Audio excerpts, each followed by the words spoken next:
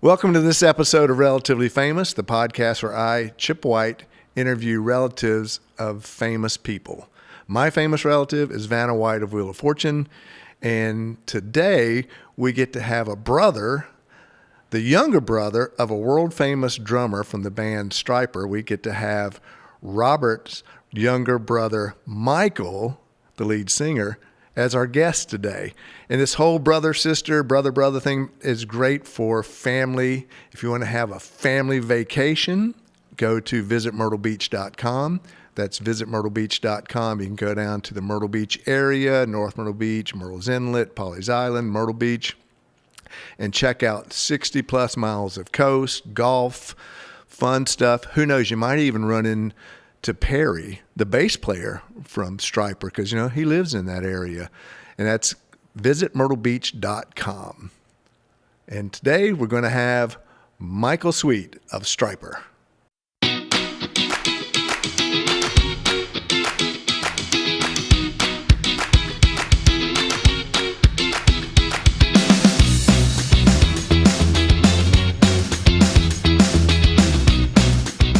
Relatively Famous podcast with Chip White.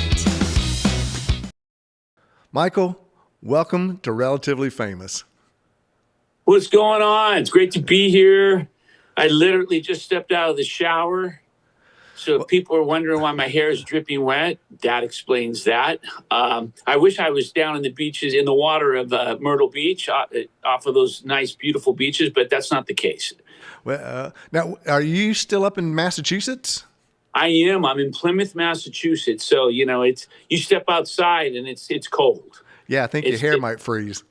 Yeah, yesterday especially, last night. Oh, Lord, yeah. But you know what? I love it. I love the seasons. I'm a California boy, born and raised. And I moved here in 95, and I love it here. You just layer up and you're fine. And I like the fact that it gets cold every year here, and we've got the change of seasons. Yeah, I did a TV show in Boston and took the family to Plymouth and Plymouth Rock and stuff, and then had the amazing opportunity to meet you when we took the film Electric Jesus up to screen it for you in Plymouth. And, it's a beautiful town. I like it up there. Can't say I'd want to live there just personally because I'm a Southern boy. But it is totally beautiful get up it. there. No, I get it, and I guess technically I'm somewhat of a Southern boy too. My mom, my grandmother, that whole side of the family, they're from the South. So I get it. I'm a Southern boy at heart, man. I love Southern cooking, and I love going whenever I go anywhere in the South. I absolutely love it. It does feel like home to me as well. Cool. Now, the band. Stryper, you guys had one heck of a long career in a genre and in an era where a lot of bands have come and gone. What do you think? You think it's the drumming of your brother that's really kept you guys in the know? Well, that certainly hasn't hurt us by no means. Robert's a great drummer, and I think everybody knows that. But I think at the end of the day, what's kept us going, this is just my opinion, and I'm sure everyone has a different opinion, but it's all about the song at the end of the day. If you've got good songs, you could go as long as you want to go.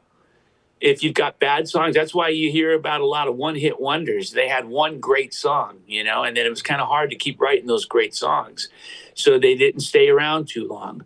I think Stryper sticks around because we continue to record and write and release new music. And I think it's good enough to the point where fans like it. They want to hear it.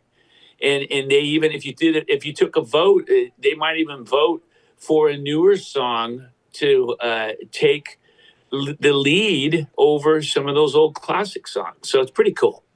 Well, and live, you guys still rock, man. Your voice is still phenomenal. The band is still extremely tight. I think a lot of bands have gotten, I don't use the word sloppy, but they just kind of phone it in, where you guys are rocking, man. What has been in your later career and in your younger career? Tell me, I can't say favorite, but what are two memorable shows that really stick out, older and younger?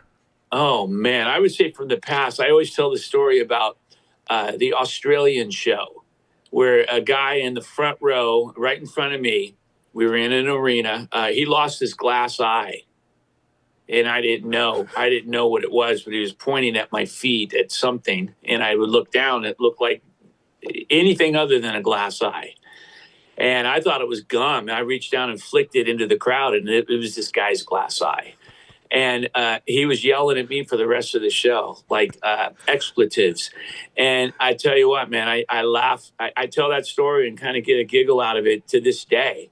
Very memorable. And then we've got shows, where we performed with so many of our favorites: Kiss, Judas Priest.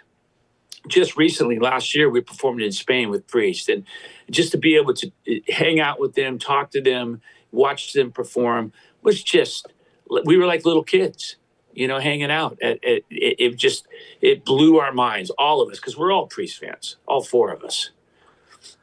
Did you think growing up that you guys would, first of all, ever be as big as you were and are, and still be playing today? I mean, kind of, and I'm sure people have heard this, but I don't do a lot of research, and we've had conversations, but kind of quickly, how did you and Robert decide to be into a band and what it was going to be? Does that make sense?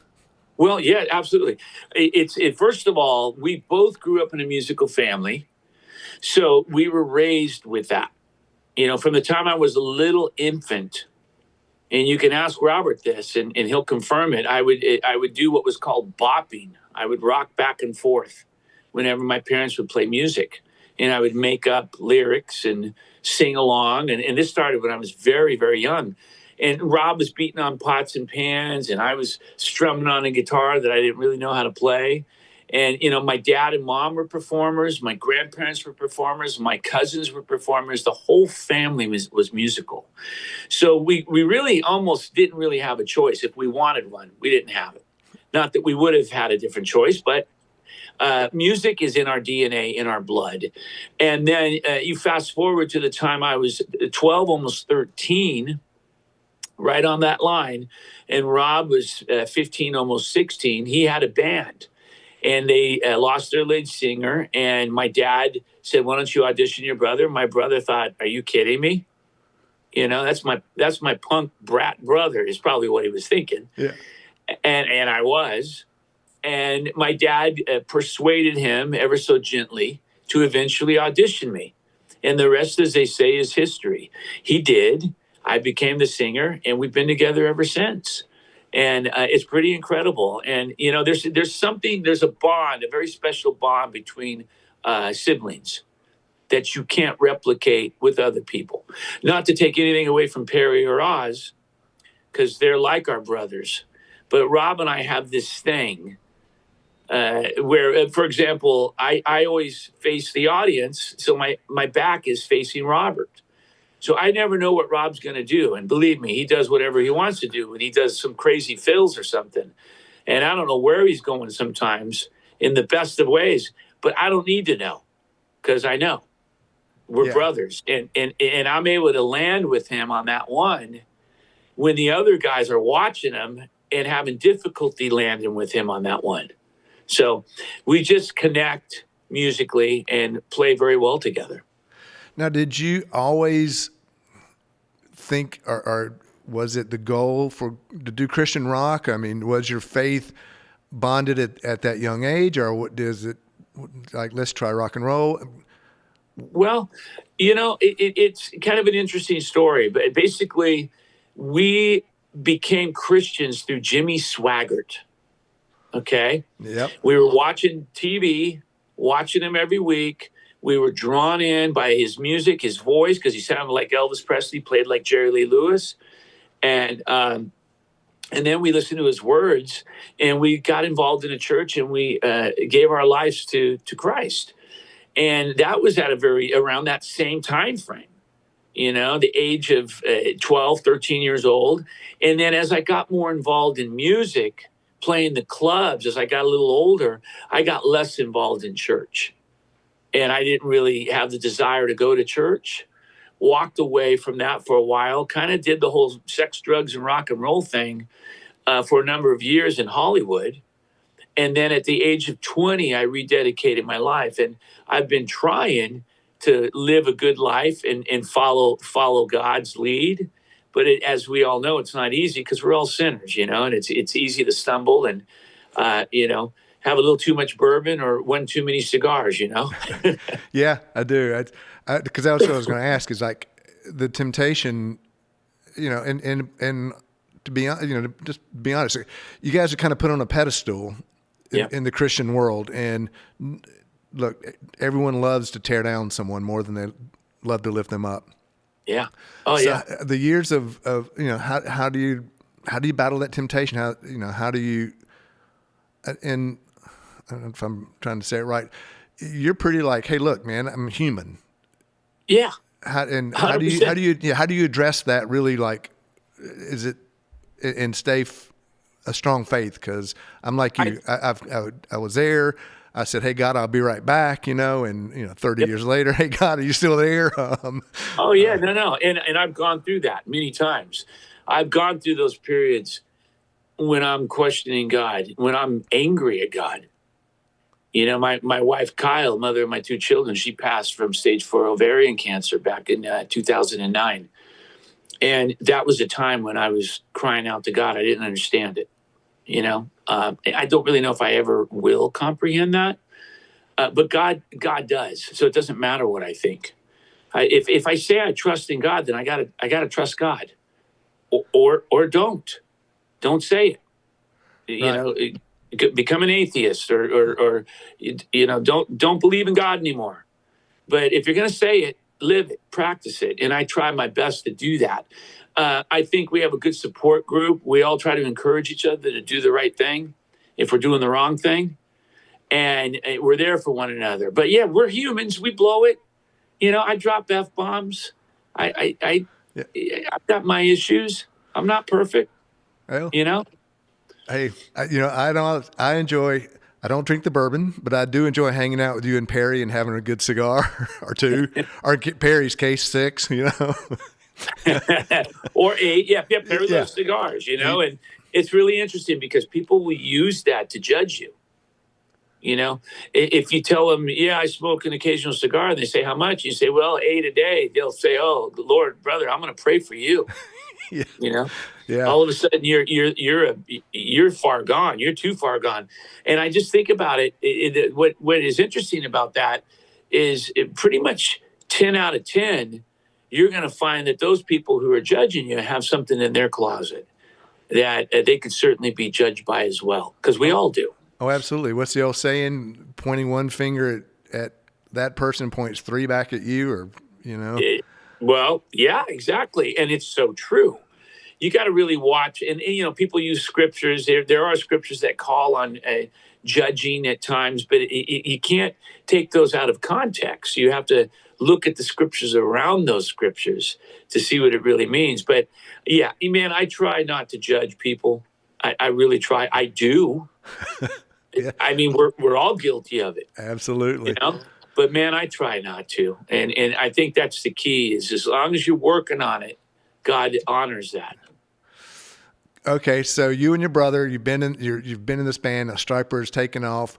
What is the moment? Because I'm going to ask. We're going to interview Robert, by the way, also, and so he's going to get a lot of the same questions if I can remember them. What is the moment where you both looked at each other and realized, dude, we've made it? I'm going to go buy the Trans Am or the Z or the Corvette. Or what was that moment where you looked at each other, realized you've made it, and what was the splurge? Well, I tell you what, Robert's going to probably have a different story, pertaining to his moment. Yep. My moment was when I lived at home still, and I was 21 years old, almost 22. And I was in a bunk bed with my brother. All right. Small little 10 by 10 room sharing bunk beds. And I'm going to be 22 years old. I'm just thinking, what a flippin' loser I am, you know? And I went out to the mailbox and there was the mail, and I took the mail into my mom like I always did. And I saw there was an envelope for me. And it came from the label from Bug Music, which was a admin and co-pub company at the time. And I thought, oh wow, okay, this is my first royalty check right here. And I was honestly expecting $100 or two or three. I opened it up and it was $40,000 in change. And you're talking about back in 1984, right? That's good change. Late 84. So what did I do? What I recommend not doing to everyone listening out there. I went and I bought a brand new Corvette. You could have bought a queen bed. I cashed a check. Oz went with me. There was a stack of cash. We rolled it up and put rubber bands around it and drove to the Chevy dealer and bought a Corvette. And the guy, the salesman was treating us like, like punks. And I said, I'll take it. And he turned white as a ghost. We went into his office and I said, Oz, you got the money? And he plopped that 40 grand out on the table and the guy's eyes bugged out of his head. It was pretty hilarious. I've always wanted to be able to do that. Just go in like dress almost like a complete bum at my age, and have a satchel full of cash and go, how much is that? And just like, but anyway, it was that Pretty Woman moment, yeah. And it was like, just we had long hair and we were young and they probably thought we were losers, and I get it. But I bought that car and we drove home probably about pushing almost 100 miles an hour the whole way, and with the radio cranking, listening to Van Halen and Scorpions and laughing every second of the way. What brought on, and again, I'm sure your fans will know this, and I'm sure you've told me before too, yellow and black stripes. What was the meaning? Was there were you trying to find a look? Is there something deeper in there? Well, there is. I mean, my brother started the yellow and black, and it started with his drum kit. He started painting and taping his drum kit one day, and we were like, oh, wow, what are you doing? And he tore it apart, worked on it for weeks. And eventually it turned into something kind of similar to Edward Van Halen's Bumblebee guitar. And it was not long after that album came out. It came out in 78. Rob started painting his kit, I want to say around 79, 80. And I think, again, Rob might have a different story and say no to this, but I personally think there was some influence from Edward for Rob to do that. And then eventually Rob said, can I tape one of your guitars? And he did, and put varnish on it. And then the other guy's guitar and the bass player. And we started making clothes, and we all became yellow and black. All of us. And this was before Stryper. We were called Rock's Regime. And we were called the Yellow and Black Attack back then. 82, 83 actually. And we changed the name once we signed with Enigma. They didn't care for that name. Thank God I didn't either. And we changed the name to Stryper. That's pretty cool. I know in Electric Jesus, we did the fake Heaven and Hell tour where you were supposed to play with Motley Crue. Has that ever really been a thing? I mean, I think we researched and it wasn't true, and we talked about it when we did the movie. Has it ever been pitched, something like that? We did. We pitched it ourselves. We pitched it ourselves in Vince Neil's mother's living room, and to Vince. So yeah, it's been pitched, and there was a little talk back in the day of the possibility of that, but I don't think Crew was into it at all. I don't necessarily think that they were into us. Probably didn't get us or understand us. This metal band singing about Jesus is like, okay, whatever. And then we eventually pitched it to Wasp. I think Rob might have mentioned it to Blackie Lawless. face to face. I'm not sure. You can ask Rob that. But we talked many a times about a Slayer or a Stryper coming together and doing a Heaven and Hell tour at some point. It never happened. But that being said, who knows? It might happen in the future. Yeah. Well, the crazy thing is, if you read comments that I've read on through on something about on Facebook, something with Electric Jesus, people say, "I was at that concert, man. I remember that tour." You know, it's like, buddy, it is. I try not to laugh. I don't want to be disrespectful to people, but people come up to me all the time and they say, "Yeah, man, I saw you guys back in '86." And I'm like, "Really? Which show?" And it's like the Heaven and Hell tour. It was you and Motley Crue. And I say, I'm very polite, but I'll say, I'm not sure where you were at or where I was at, but we weren't there because that never happened. I know, and people argue with you. There's a Oh my word! It's wild. It's wild, but it never happened ever. I've had arguments with people in North Myrtle Beach. This guy built a really big home on the boulevard, and people would say, "Oh, that's Vanna White's house. That's Vanna White's house." My dad got in an argument with a cab driver. I've gotten an argument with, like, it's not our house. Yes, it is. Yeah. I think I would know. I think people just they hear these stories for so many years. They get set in those stories.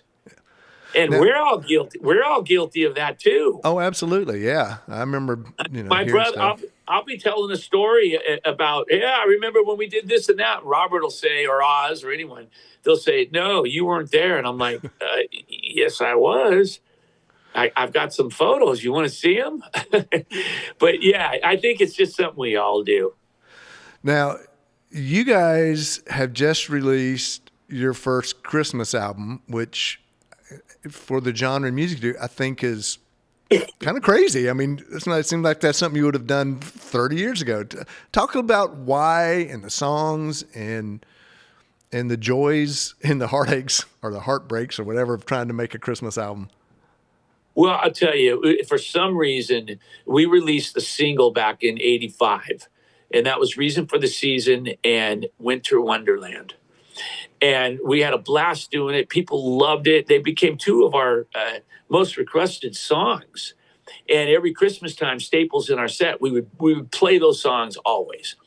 And for some reason, 1 year turned into 10 and 10 turned into 40. People would ask us over and over again, "When are you doing a Christmas album?" And we would say the go-to line, and that is "sometime soon," or "we're working on it," which we were, but it just never materialized until recently. Early this year, we had a Zoom meeting with the label, and I said, "Man, we got to do a Christmas album." And the label agreed, one guy in particular, Jeff, and thank God we made it happen. We just booked the time, went in the studio, tried to get in the Christmas spirit. I think we recorded it in March. We were wearing Christmas pajamas and Christmas music playing in the bathroom. We had Elf playing on the TV with the volume down the whole session.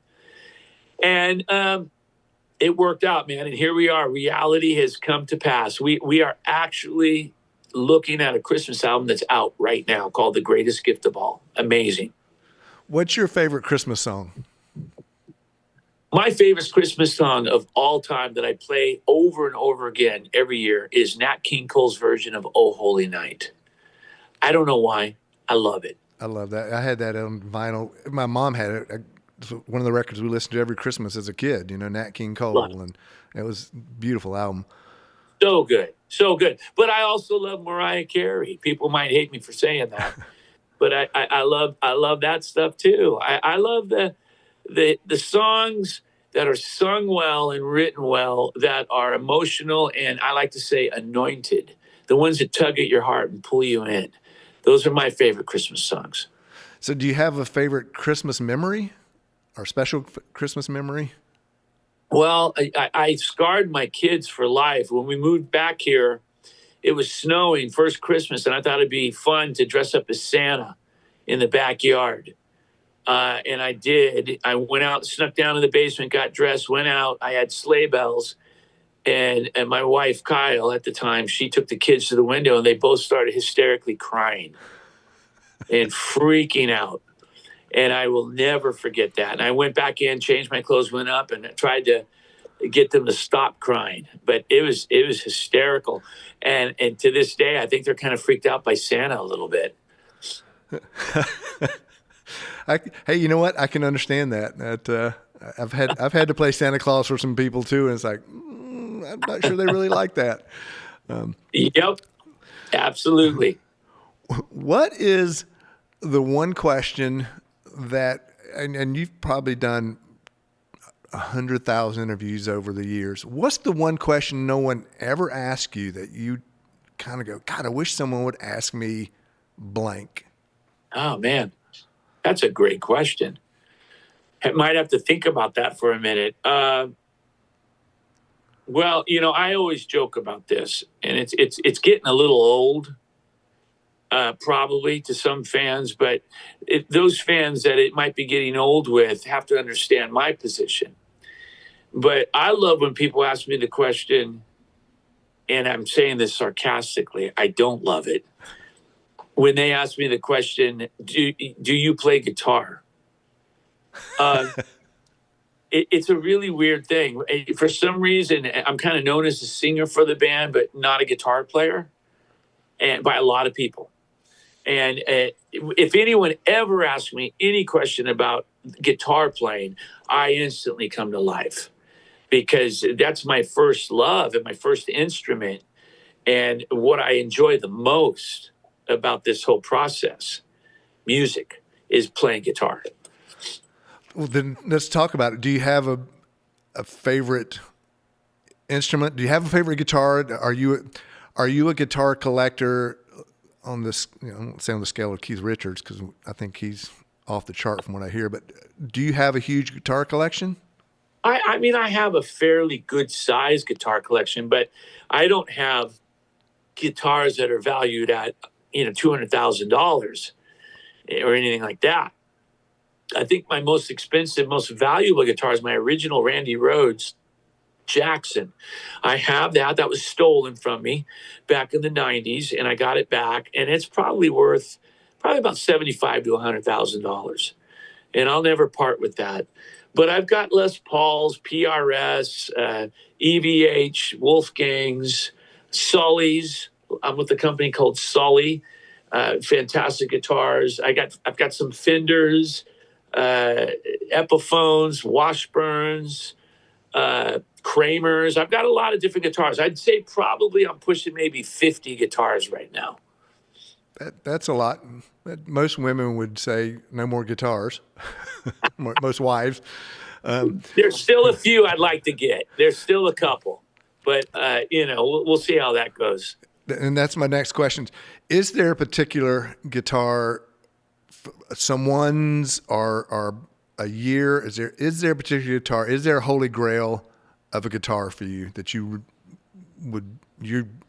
covet? Well, I had a gold top Les Paul, and I got rid of it. And I wish I never had gotten rid of that guitar. And it's unfortunate, but as musicians, when you're young, you're trying to get better gear or trying to pay the rent. You sell gear, and I sold that one, and that's one that got away that I wish did not get away. Gold top Les Paul, and it was a 60s model. I can't recall what year exactly. And then I've always wanted a Carina V, Gibson Carina V. That hasn't worked out yet, but maybe someday it will, and that would be pretty darn cool. I'm a V guy. I play a lot of Vs usually, and if I ever get a Carina V, I won't even know what to do with myself or what to say. Well, maybe someone listening will have one, and they'll have a good deal for you. And you know what? That'd be phenomenal. Well, we'll keep our fingers crossed. Is there a holy grail amplifier for you? Oh man. Well, I'm going back. The Holy Grail amplifiers for Stryper were Mesa Boogie Mark II Cs. Okay, and those came out in the mid '80s. I stumbled upon a shop in LA that had a few, and I bought a white one. And that's the head that we used on Soldiers Under Command, To Hell with the Devil, and it's that infamous Stryper tone. And I sold that as well. I do have some Mesa Boogie. I have some Mark IVs, which is kind of a new version of that, but they're not the same. There's nothing like the original classic vintage gear. I love Fender Basemans. That's kind of the holy grail for me as well. Yeah, they're awesome. Okay. We're getting close to our time here. Is there a story about your brother you want everyone to know? Because I'm going to ask him the same question about you. Is there a story about your brother that you want people to know about that he might not want Oh, you gosh. telling? That's a very good question. Well, okay, I've got a story. I always take the heat for getting arrested when I was younger. And I talk about this in my book. I was basically sticking my bare butt out his back window on Whittier Boulevard. We were cruising, and he had an American flag car, muscle car. And I'm mooning, my buddy's mooning out the other side, and Rob was laughing and honking the horn, and I got arrested. And I take the heat for that. Rob never takes any heat for that. So you need to ask him about his part in that. Did he play a role in that, mischievous act? I definitely will. Hilarious story. My best friend drove a 68 Skylark that had been wrecked, so the front was gold, the back was blue. We're about to graduate high school. I get in the car, I hang my butt out the window, and we circle basically the school blowing the horn. And the next day, the principal calls me. I almost didn't get to walk in my graduation because of that. And the funny thing is, and of course, people shouldn't be sticking their butts out car windows, but who didn't do that back then? Absolutely. I think a lot of people did, and it was just kind of the thing to do. But anyway, I kind of reaped the benefits of that. I felt the pain. My dad just glared at me when he picked me up from the police station, and as if I was some, terrible, terrible person. And I guess I was for a brief moment.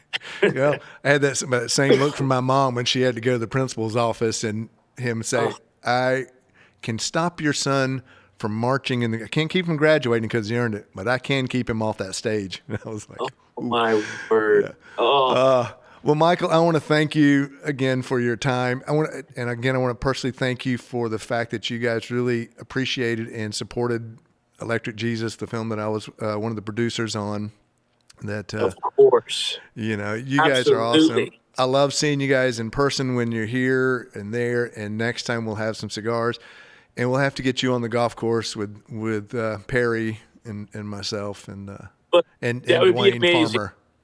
I'll go practice up. I'll take some lessons before I play with you guys, because I have a funny feeling you guys are probably much better than I am. Oh, dude, not me. Let's do it.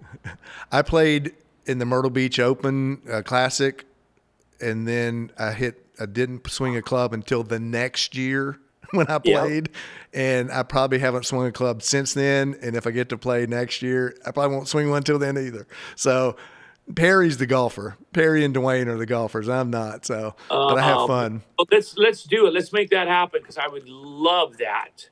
Well, terrific, and hopefully our paths will cross soon. And Michael, this is a blast, and can't wait to hear Robert's side of some of these stories too. Me too, man. And let us know when this is live, and we'll push it and tell everyone about it. Okay, brother? Well, I appreciate that. We're gonna drop these very soon. So, thank you, buddy.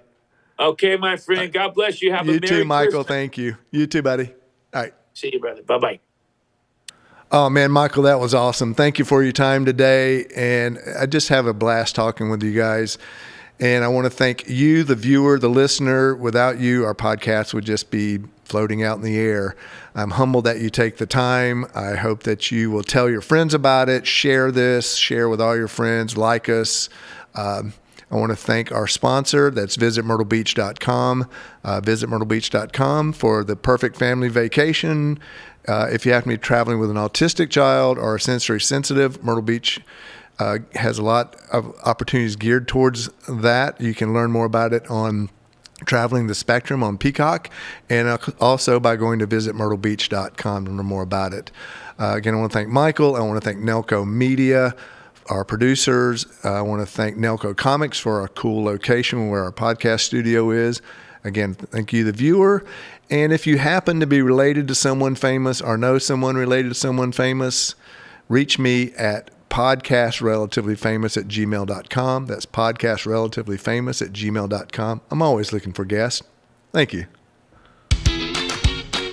You've been listening to Relatively Famous with Chip White.